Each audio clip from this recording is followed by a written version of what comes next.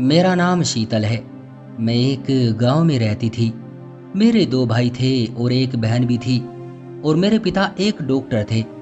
मेरा एक भाई विदेश गया हुआ था और एक भाई घर पर ही रहता था। हम बहुत खुश थे और हंसी खुशी अपना जीवन जी रहे थे।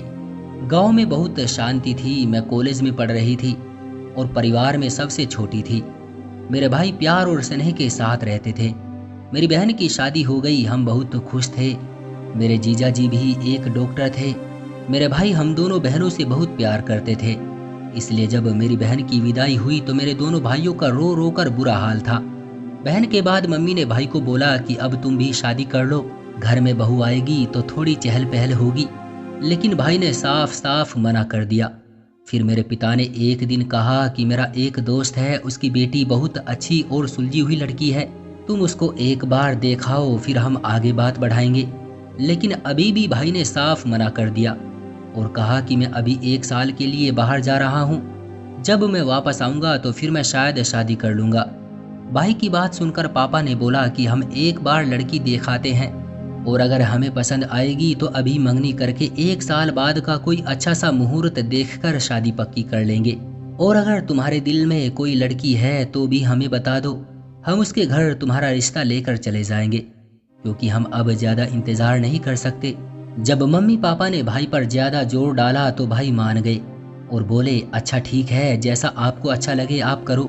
और अगले ही दिन मम्मी पापा लड़की को देखने चले गए और घर आकर बताया कि लड़की बहुत ही सुंदर है। मम्मी बोली मेरा तो दिल कर रहा था कि अभी इसे बहू बनाकर अपने घर ले जाऊं, लेकिन तेरा भाई जिद पर अड़ा है कि अभी शादी नहीं करूंगा। खैर 1-2 दिन के बाद लड़की वाले भी भाई को देखने आ गए।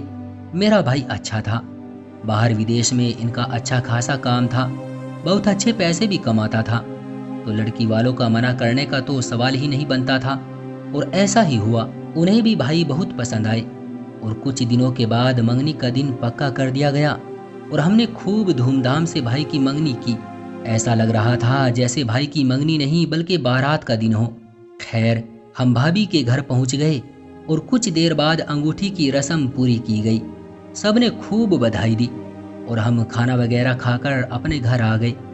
और इसके कुछ दिन बाद ही भाई विदेश चले गए और अगला 1 साल कब चला गया कुछ पता ही ना चला और मेरा भाई वापस आ गया। भाई के घर आते ही हमने शादी की तैयारियां शुरू कर दी। हमने खूब सारी शॉपिंग की और शादी के दिन करीब आ गए। मैं और मेरा छोटा भाई बहुत ज्यादा खुश थे और हमें अपने भाई को दुल्हा बनते देख बहुत ही अच्छा लग रहा था। हम भाई की बारात लेकर गए, वहां हमने खूब मस्ती की और फिर हम भाई के साथ मंडप में चले गए और 10 मिनट के बाद भाभी को भी उनके घर वाले ले आए। भाभी शादी के लाल जोड़े में बेहद ही खूबसूरत लग रही थी और भैया भाभी के फेरे हुए और थोड़ी देर के बाद हम भाभी को घर लेकर आ गए। हम सब बहुत खुश थे। अब भाई की शादी को 1 महीना हो गया था और भाई की छुट्टी भी पूरी हो गई थी और भाई वापस अपने काम पर चले गए। हम पूरा दिन भाभी के साथ खूब मस्ती करते और मेरा दूसरा भाई पिंटू हमेशा भाभी के पास ही रहता। पूरा दिन भाभी से मजाक मस्ती करता रहता और उनको छेड़ता रहता। भाभी भी उससे खूब मजाक करती थी, लेकिन अब भाभी का व्यवहार मुझसे खराब होता जा रहा था और यह अचानक हो रहा था, जबकि मुझे पता भी नहीं था कि आखिर मेरी गलती क्या है। खैर मैंने भी ज्यादा बात नहीं बढ़ाई और भाभी से बोलचाल थोड़ी कम कर दी, लेकिन पिंटू अभी भी भाभी से और भाभी उससे खूब मजाक करते और न जाने मुझसे लड़ने के बहाने ढूंढती रहती। और अब तो भाभी ने भाई को भी घर की एक एक बात बतानी शुरू कर दी। तो एक दिन उनको भाई से बात करते हुए मम्मी ने सुन लिया। वो भाई को भड़का रही थी, तो मम्मी ने भाभी को डांट दिया, क्या तुम्हारे मम्मी पापा ने ऐसे ही संस्कार दिए हैं कि एक माँ और बहन को उसके भाई से अलग कर दो? हमारा भाई धीरे धीरे हमसे दूर होता जा रहा था। भाभी ने भाई को ऐसा भड़काया कि उनको हमारी किसी भी बात पर यकीन नहीं आ रहा था। वो बोलते कि जो मेरी पत्नी ने बताया वही सच है और मेरा सबसे छोटा भाई जिसकी उम्र सिर्फ 17 साल थी, इसे भी भाभी ने अपने पल्लू से बांध रखा था। यहाँ तक कि वो इतनी मम्मी की भी नहीं मानता था जितनी भाभी की सुनता था। अगर भाभी को कहीं जाना होता तो उसी को साथ लेकर जाती थी। भाई की इतनी छोटी उम्र थी कि जिस उम्र में लड़के अक्सर बहक जाते हैं। मेरा छोटा भाई भी शायद भाभी को देखकर फिसल गया था, लेकिन इसको क्या पता था कि भाभी सिर्फ इसका इस्तेमाल कर रही है।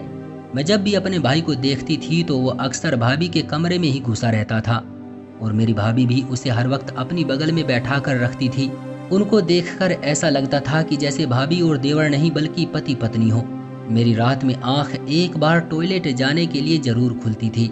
जब मैं अपनी भाभी के कमरे पास से गुजरती थी तो मुझे हल्की हल्की सी आवाज सुनाई देती थी, लेकिन मुझे लगता था कि वो मेरे भाई से फोन पर बात कर रही होगी। मैं भी इतना ध्यान नहीं देती थी क्योंकि भाभी और भाई की बात सुनना मेरे लिए बहुत गलत बात थी, क्योंकि वो पति पत्नी न जाने क्या बात कर रहे हो। लेकिन एक दिन जब मैं भाभी के कमरे के आगे से गुजर रही थी तो आज भी मुझे आवाज सुनाई दे रही थी, लेकिन ये आवाज उस दिन की आवाज से अलग थी। मुझे लगा भाभी के कमरे में कोई और भी है जो भाभी से बात कर रहा है। मैं वहां कुछ देर खड़ी रही, फिर मैंने अचानक से गेट खोला और अंदर चली गई। मेरी आंखों के सामने का दृश्य देखकर मेरे पैरों के नीचे से जमीन निकल गई। मैं सोच भी नहीं सकती थी कि मेरा छोटा भाई रात के 2 बजे के करीब भाभी के कमरे में शर्मनाक और घटिया हरकत कर सकता है। इनको इस हालत में देखकर मेरी तो जैसे सांस ही रुक गई थी। मैं जल्दी से कमरे से बाहर आई और अपने कमरे में चली गई और उसी समय मेरे पास भाभी आ गई और मुझे समझाने लगी, किसी को ये बात बताना मत, क्योंकि इससे तुम्हारी भी इज्जत का सवाल है, और अगर तुमने किसी से बताने की कोशिश की तो मैं तुम्हारा वो हाल करूंगी कि तुमने सोचा भी नहीं होगा। और कहने लगी, अगर तुम सबको बता भी दोगी तो मेरे पति को कैसे बताओगी? अगर मैंने रोकर तुम्हारे भाई को फोन कर दिया तो वो भी तुम लोगों की बात नहीं मानेगा।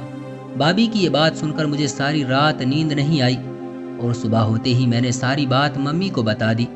मम्मी ने छोटे भाई को खूब पीटा और बोली, तुम्हें शर्म नहीं आती इतनी घटिया हरकत करते हुए? वो तुम्हारी भाभी है और भाभी माँ के समान होती है और तुम अपनी भाभी के साथ, शर्म आनी चाहिए तुम्हें। रुको जरा, मैं तुम्हारा इलाज अच्छे से कराती हूँ। मम्मी ने भाभी को भी आराम से बैठाकर समझाया और कहा, आगे से ऐसा बिल्कुल भी मत करना, ये बहुत घटिया बात है।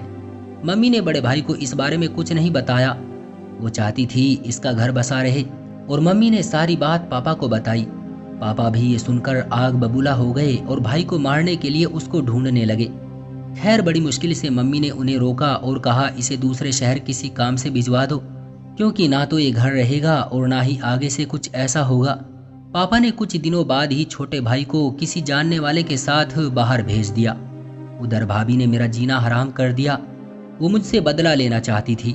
उनके दिल में बदले की आग जल रही थी।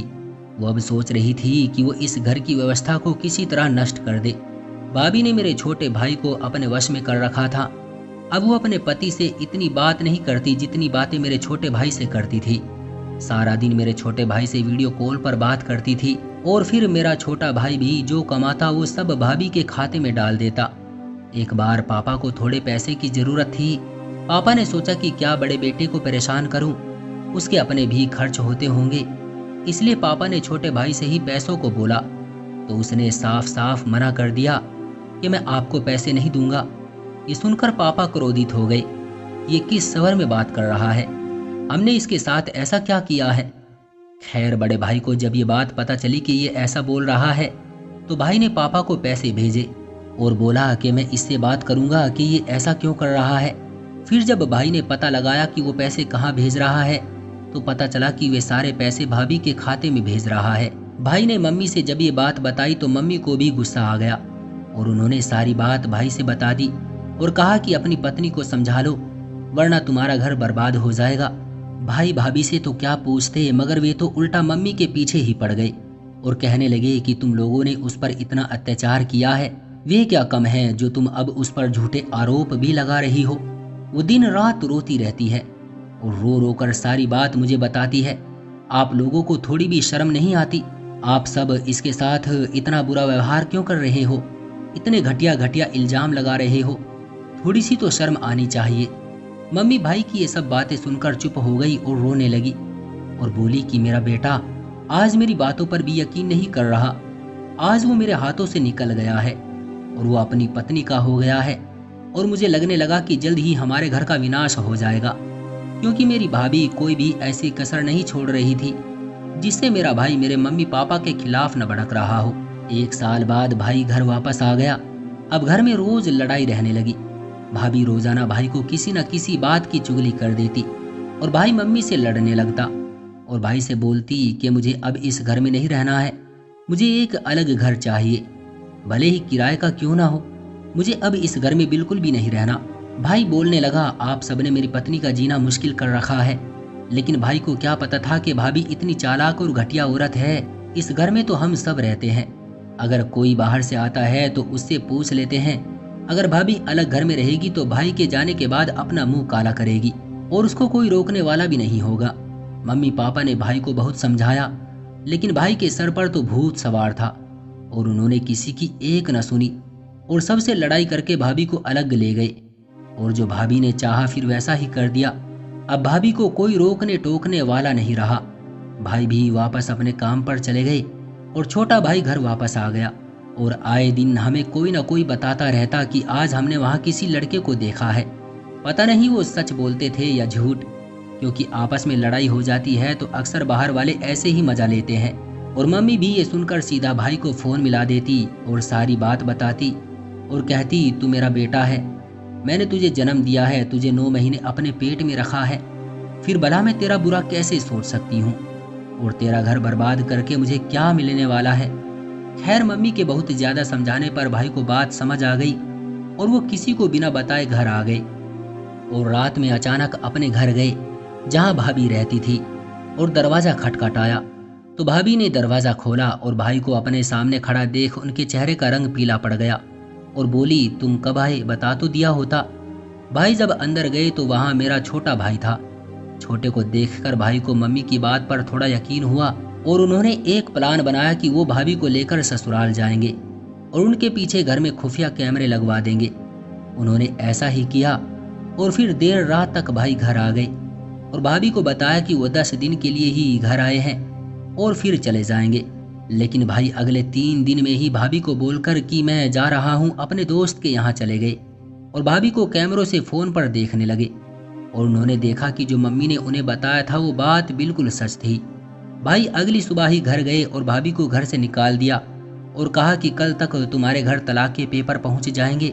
भाभी बोलने लगी कि आखिर मेरी गलती क्या है, तो भाई ने अपने फोन पर कैमरे की रिकॉर्डिंग दिखाई तो भाभी चुपचाप वहां से चली गई और बड़े भाई ने छोटे को बहुत मारा और उसे घर ले आए। और फिर भाई ने मम्मी पापा से अपने किए की रो रो कर माफी मांगी और पापा ने भी छोटे को बहुत मारा और कहा कि इसे पुलिस के हवाले कर दो, वरना ये मेरे हाथों से मारा जाएगा। लेकिन भाई ने उसे पुलिस के हवाले नहीं किया और कुछ दिन के अंदर ही उसके कागजात तैयार करा के और भाभी से तलाक लेकर विदेश चले गए और बोला कि अब मैं शायद ही कभी वापस आऊंगा, क्योंकि भाभी की इस हरकत ने उनको अंदर से तोड़ दिया था। और सबसे ज्यादा दुख उन्हें छोटे की वजह से हुआ था कि उसने ही अपने सगे भाई के साथ इतना बड़ा धोखा किया था। खैर छोटे ने भाई से माफी भी मांगी, लेकिन ये गलती भुलाने लायक नहीं थी। भाभी तो चली गई थी, लेकिन जैसा उसने कहा था कि तुम्हारे घर का विनाश कर दूंगी, उसने वो करके दिखा दिया था। तो दोस्तों ये थी हमारी आज की कहानी। आपका क्या कहना है इस कहानी के बारे में, कमेंट करके हमें जरूर बताएं। वीडियो को लाइक करके चैनल को सब्सक्राइब कर लीजिए, साथ में घंटी को दबाकर ऑल पर सेट कर लें ताकि आने वाली वीडियो आपको तुरंत मिले। मैं मिलता हूं आपसे अगली वीडियो में, तब तक के लिए धन्यवाद।